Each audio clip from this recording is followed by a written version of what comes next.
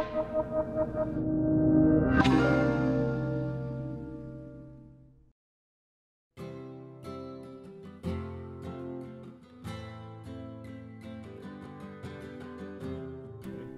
most important thing as a learning facilitator is to get to know your learners.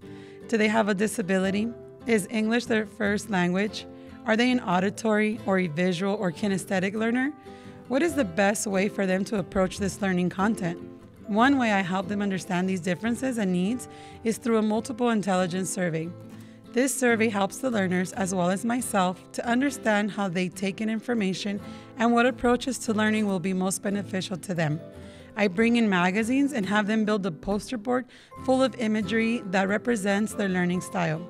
This helps them to identify with and understand how they take in information, and it serves as a visual reminder to help me understand and recall the learning needs of each learner. The better I know my learners, the better I can plan strategies to accommodate their differences and needs. Some learners may benefit from having a quiet space to sit. Some learners will need visuals or audio to support the lessons, while others need to wear headphones. There isn't a one-size-fits-all solution to providing additional support, which is why knowing every individual learner is so important. Often, learners seem distracted, disruptive, or unmotivated. As learning facilitators, we need to realize that these can be indicators that the child may have a learning style that isn't compatible with our default method of teaching. When learners understand how they learn, they can advocate for themselves and seek out learning resources. I do my part by tailoring my lesson to meet their needs.